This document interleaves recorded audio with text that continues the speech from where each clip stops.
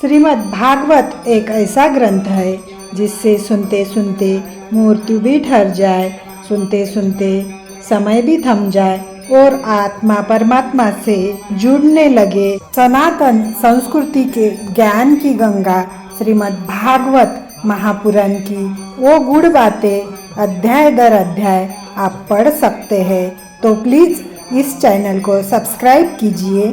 श्री गणेशाय नमः।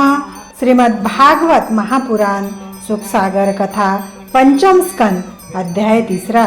सुखदेव जी ने कहा, हे परीक्षित, राजा अग्निरथ के वन चले जाने के पश्चात उसके नाभि आदि 9 पुत्र अपने अपने खंड में धर्मपूर्वक प्रजा का पालन करने लगे।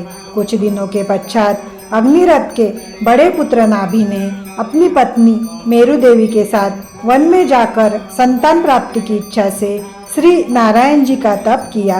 तब नारायण जी ने प्रसन्न होकर राजा नाभि को यज्ञ करने को कहा। तब राजा वहां से घर लौटकर आए और ब्राह्मणों तथा ऋषि मुनियों को बुलाकर यज्ञ करना आरंभ किया। जब यज्ञ समाप्त हुआ तब भगवान श्री श्याम सुंदर ने चतुर्भुज रूप धारण किए, शंख चक्र गदा पद्य लिए, किरीट मुकुट तथा वैजंती माला पहने, मंद मंद तापहारिणी चितवन मुस्कान के साथ अग्निकुंड से प्रकट होकर सबको अपना दर्शन देकर कृतार्थ किया। उस समय यज्ञशाला में उपस्थित सभी व्यक्ति खड़े होकर उनकी स्तुति करने लगे।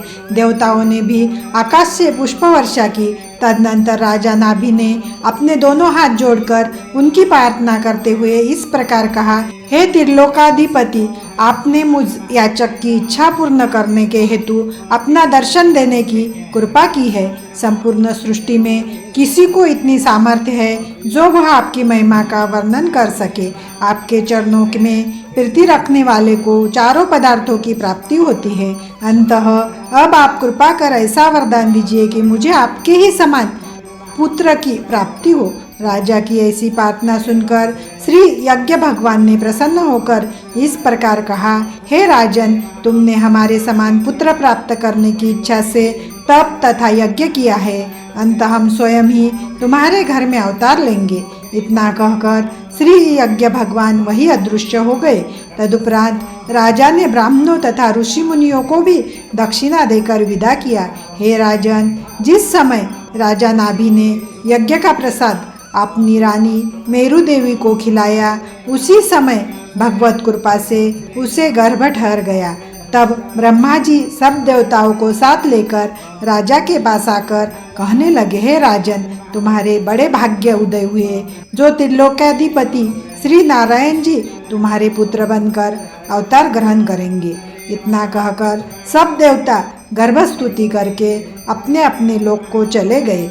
10वां मास व्यतीत होने पर श्री नारायण जी ने रानी मेरु देवी के गर्भ से अवतार लिया तथा अपने चतुर्भुज स्वरूप से राजा रानी को दर्शन देकर कृतार्थ किया। उस समय राजा रानी प्रसन्न हो दंडवत प्रणाम कर उनकी स्तुति करने लगे। देवताओं ने विमानों पर बैठकर आकाश से पुष्प वर्षा की। अप्सराएं नृत्य करने लगी तथा गंधर्वगण गीत गाने लगे। तदनंतर ब्रह्मा जी ने वहां आकर उनका नाम ऋषभदेव रखा। जब ब्रह्मादिक देवता स्तुति प्रणाम करने के पश्चात अपने अपने लोक को चले गए, तब श्री नारायण जी भी बालक स्वरूप धारण कर रुदन करने लगे। सुखदेव जी ने कहा, हे राजन, इस प्रकार परब्रह्म प्रभु ने राजा नाभि के यहाँ जन्म लिया। राजा ने उन्हें परमेश्वर जानकर बड़ी प्रसन्नता पूर्वक ब्राह्मणों तथा याचकों को इतनी दान दक्षिणा दी कि उसके राज्य में कोई भी मनुष्य दरिद्री न रह गया। श्री ऋषभदेव जी की बाल लीलाओं को देखकर राजा तथा रानी अपने मन में फूले न समाते थे। जब श्री ऋषभदेव जी तरुणावस्था को प्राप्त कर राजगद्दी पर बैठने योग्य हुए, तब राजा नाभि ने मंत्रियों तथा प्रजा को उनके व्यवहार से प्रसन्न देखकर अपने मन में यह विचार किया कि अब इन्हें राज सिंहासन सौंप कर मुझे तपस्या करने के लिए वन में चला जाना चाहिए। ऐसा निश्चय करने के उपरांत एक दिन राजा ने ज्योतिषियों को बुलाकर शुभ मुहूर्त में श्री ऋषभदेव जी को राज तिलक कर दिया। तत्पश्चात स्वयं अपनी पत्नी सहित बद्री केदार में जाकर श्री नारायण जी का तप एवं ध्यान करने लगा। वहाँ कुछ समय तक तपस्या करने के उपरांत योगाभ्यास द्वारा अपना शरीर त्याग कर मुक्ति पद को प्राप्त हो गया। इति श्रीमद्भागवत महापुराण सुखसागर कथा पंचम स्कंद अध्याय 3 समाप्त।